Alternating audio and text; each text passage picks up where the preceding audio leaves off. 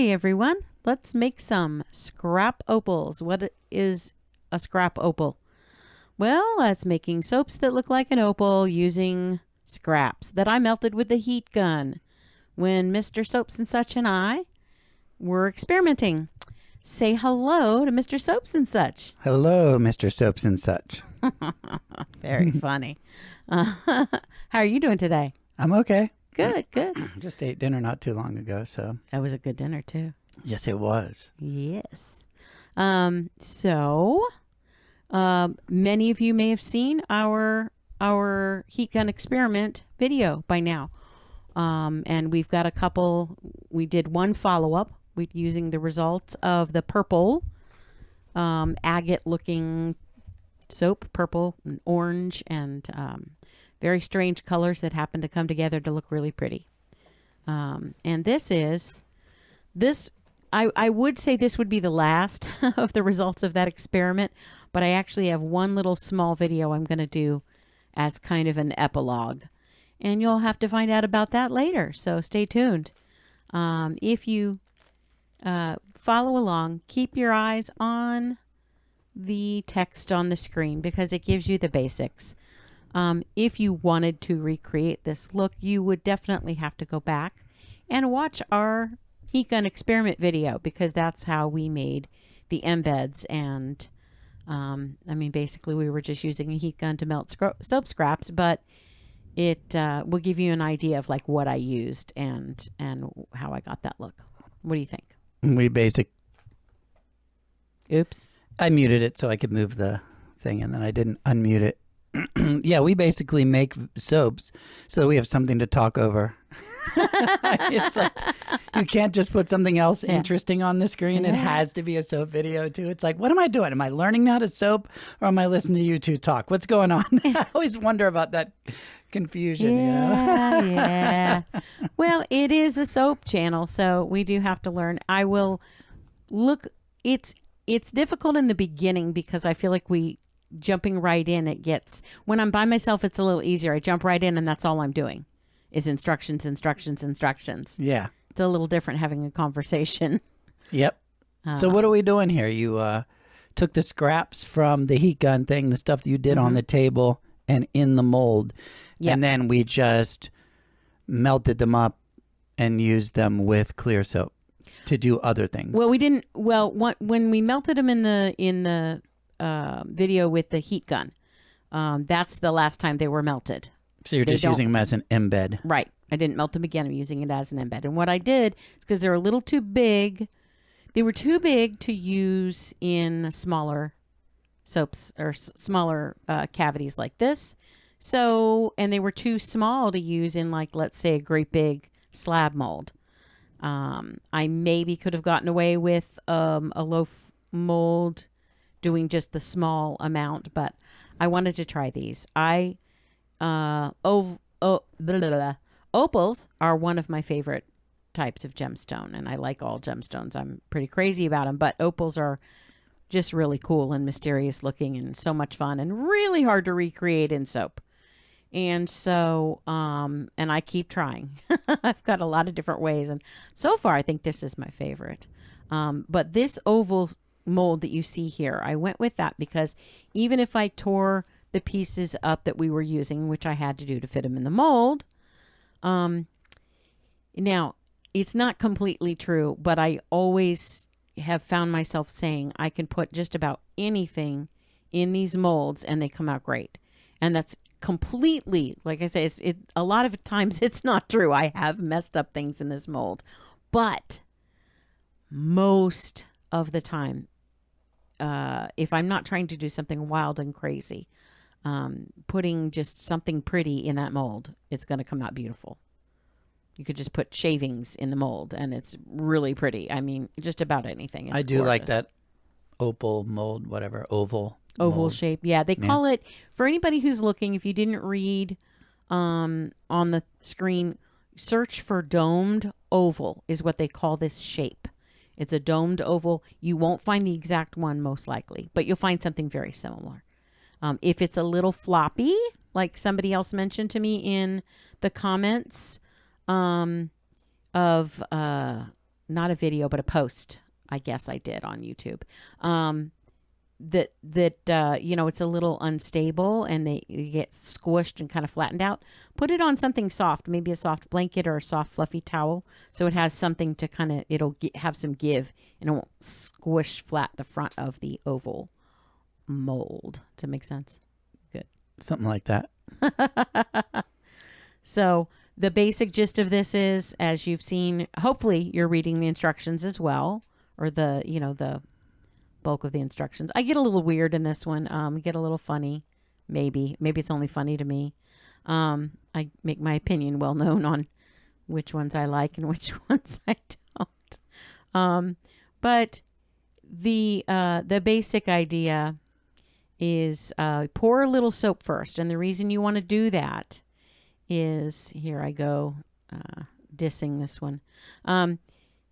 The reason you want to pour a little soap first is because if you put in your embeds first and then pour your soap, first of all, you're more likely to melt your embeds. Second of all, you are likely to get bubbles underneath the embeds you're putting in there because you're not really allowing that soap to get a chance to get underneath very well. So you have to put a layer and let it set? No, you don't have to let it set. Just put a layer there, put the soap in, let that set, then put another layer on. Yeah. And I don't put a layer. If you'll notice, I don't put an extra layer on all of these. I did it on 4 of them. And actually, my 2 favorite were the ones that I didn't put a layer on. So you could do it either way.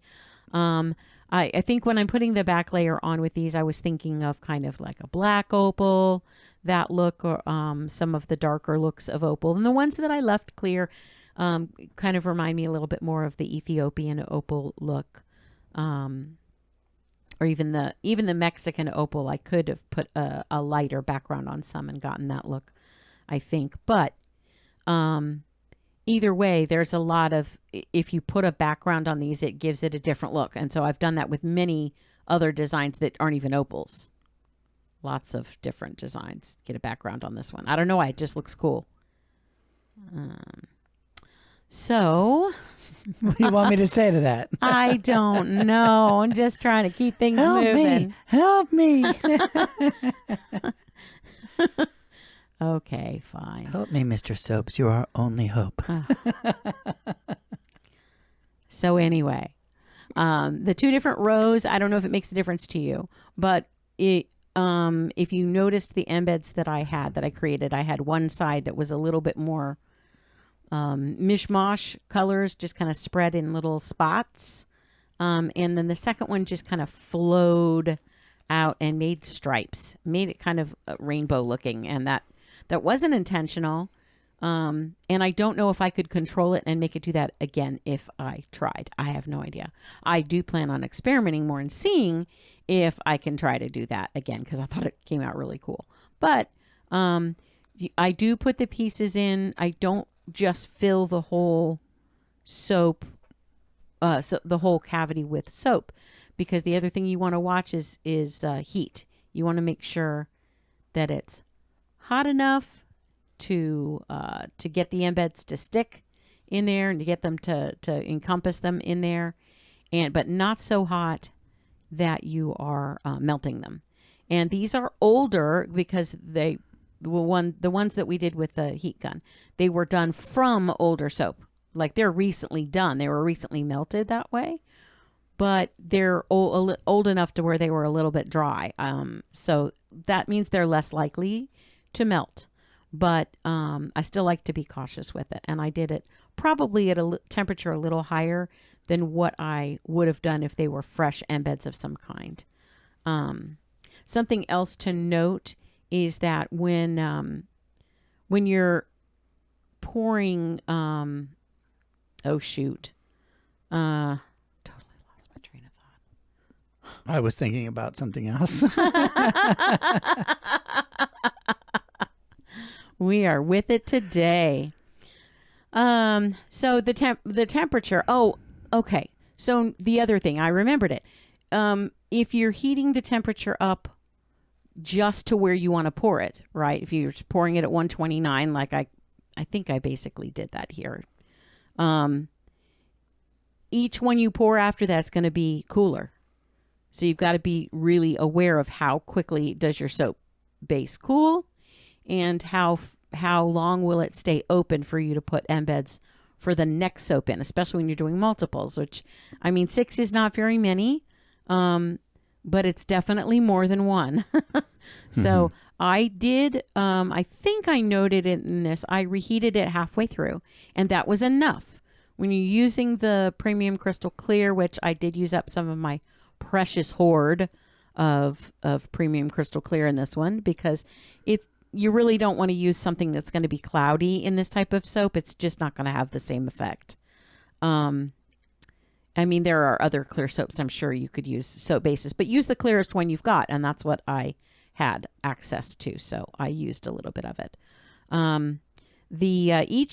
Each mold of these holds about 3.5 ounces, just to kind of give you a heads up as to, not a heads up, but a little clarification of why I chose the amount I did. I went a little bit over that, not by much though. I think like maybe a given ounce wiggle room or something. And then the end of it, when I have a little bit of extra soap, that's when, and it's really not even extra, I accounted for it. But that's when, and yeah, I have no idea why I did that. I don't even know why I pulled on that. I have no clue. But I couldn't remember. When I was watching this back, I was like, what did I do? Leave it alone, Terry. Got to scold yourself, don't you? Yes, I do. The negative self-talk is off the charts. Well, you know. Yeah, if you That's look, our second language. look, you've got to learn from somebody. Learn from my mistakes. So I don't mind, knocking myself a little bit to get you where you need to be. I'd rather do that than to knock somebody else. Yeah, I don't know. And I know just from chatting with other soapers here and there, we all do that sometimes. It's hard sometimes to stop and leave well enough alone. Yeah. Don't keep swirling. Don't keep mixing or keep adding or what, it's pretty common because it's a little bit addictive, and it's fun to watch the colors go in, and it's fun to swirl, and it's fun to do all of that. And sometimes you think you can make it better and you end up making it worse. So I, again, have no idea why I picked that piece off and then shoved it in the other one. Hey. No clue. But I do make my feelings well known on one of these here, and I'll talk about it a little bit more closer to the end. And that's what my epilogue is going to be about. You'll see a little bit more of what happens to that little guy in the end. It's an aesthetic thing. There might be, hundreds of people out there that love even the one that I don't care for, but I didn't care for it at all. And it was bothering me, and I knew I could do something better with it. If I can make it into a better soap somehow, I will, or at least we'll try to. So we'll see down the road. But here is, I put the blue on already. Now that I only used about 1 ounce of soap, maybe 1.5. But the black, I melted a little bit more, or mixed up a little bit more, I should say, because that was already melted. Part of the reason is one of the soaps, not the one I'm pouring now, but the other one, I left a bigger gap. I left I left room for a lot more black. And you can experiment with that a lot in doing this kind of soap, especially if it's a soap just using scraps. You're not going for a specific design. If you have, and the way that one came out is really cool. The black kind of almost comes around some of the pieces, and it doesn't necessarily block or hide anything. Well, I guess if it did, I wouldn't see it, but it I don't know, it encompasses the pieces. It makes it look more a part of it somehow, like the crystals growing in the rock or something. It's although none of them really look like a layer. Well, maybe except for the one that I don't like. That may be part of it. Oh yeah, I'm messy, and I have to trim. A lot of other soapers are really great at timing when to stop the pour, and they don't get pour over like I do. But I'm bad at judging that, so I have to trim it off. You can do that after you remove it from the mold. I find it much easier to do while it's still in the mold, once it's set up. Now, please note that I let it set up fully before I attempted this. These are ready to pop out. And I don't ever attempt that when they're still even warm. They've got to be completely cool before I mess with them like this. Why didn't you make that completely black on both of those? You can see the green little bit, and down there's a little bit too. And then you scraped right over it. Like, why isn't it completely black? Yeah, that's a great question. There was just a piece sticking up. It was in the pieces that I was kind of curling around. I was trying to get them to squish down in, but there were a couple pieces that had a little bit sticking up, and I didn't care. That's one of my favorites right there. And see, I didn't know when I was pulling. I would have saved it for last. You have multiple children? What? Just kidding. You are not funny. I was only kidding. You said that's my favorite. And I'll make sure I'll let you know which one I don't like. All the soaps are like, here she goes again. I can have a favorite soap. I don't have a favorite child. Really funny. You're so funny. And this one just won't listen, won't clean his room. That's a golden child right there. Those two, the top right and the bottom right, those are my favorite. And I have to say, with the one that's the more clear, kind of lighter, there's the naughty child. Or just not That's so the pretty. One who won't not so finish pretty. his peas. Yes. You notice how your 5 brothers and sisters they're all away from the table? There's a reason for that. I don't have 5 brothers and sisters. I'm kidding. I know. Everybody was with me. So, anyway, what I was going to say about that light one is in the photos that you see after, it was really difficult to capture the look of it. So while you're seeing it now, I love that one too. While you're seeing them now, keep that in mind is the colors are pretty true. It's a little dark in the overall picture, partially because the background is a little bit gray, but they're basically true to color for the most part. I kind of like that one. It looks like a yellow middle finger. It does. It looks like it's just so stark, and then the rest is just mostly shows up as pink and that blue. I just didn't like it. That's how you really feel. I love that. I didn't like it. I didn't like it at all. That's how I really feel. But you might see some of these coming up twice as you're looking, and I just want to let you know why I usually don't do that within the video, but I left them because we only had 6 to look at. I pulled it over to the middle and bring them back up because I forgot to do to line it up in the middle, which is what we have to do for verticals. So anytime you see a short, I don't know if you watch my shorts or not, but if you do, we're filming that at the exact same time as the regular videos. So everything in the shorts, we get recorded, but it's just like a middle strip. So if I have, like right now, that's in the middle, perfect. That's going to look great on the short. And if I have it just enough off to the side, you won't see it at all, or it'll get cut off. And I'm really trying to work hard at learning to keep them in the middle, but I'm not great at that. So this time I had to go back. And basically, what the look at that one. What the people who created OBS, that's the software we use, what they did, somebody did an update on it so that you could automatically capture verticals instead of having to go back through and do that flip thing where you change the dimensions and now suddenly, and then you've got that space off to the left and the right. Well, this captures just a perfect vertical, but on our screen, I don't know, you guys can't see that. You can tell exactly what it does. It just divides up that rectangle into a certain amount of vertical rectangles and calls that vertical. And then when I'm moving it left and right to capture things that are off to the left, when I do that for you, that's all I'm doing. It's the whole thing. It's just which part of it is the camera going to focus on. It was a really brilliant update, but if you're not constantly playing with it, some things do get left off left and right, especially in shorts. It's just impossible to.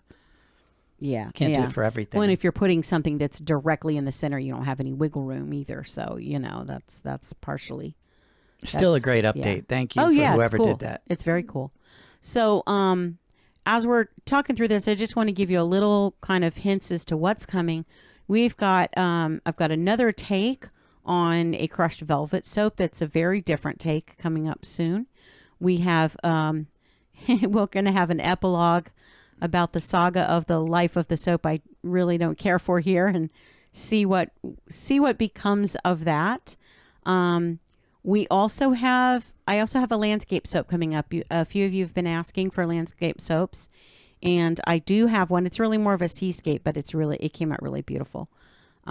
These I'm just showing. I know that's the other scraps that I did on that day. Just wanted to give you an idea of some of the other scraps. I didn't make a video on the other soap, this other scrap soap, because I'm just giving them away as samples in my orders. So there's not much to see. They're I just like little that squares. one. I like that one. You like that? Well, look at that. Rest in peace. What'd you do to it? I'll take it. I need soap in my You shower. filmed part of it. Oh, you filmed part of it. You just maybe didn't pay attention to what I was doing. Well, thank you all so much for joining us. I hope that there was something that you could learn from this other than just seeing pretty soaps. Thanks. Bye. Nailed it.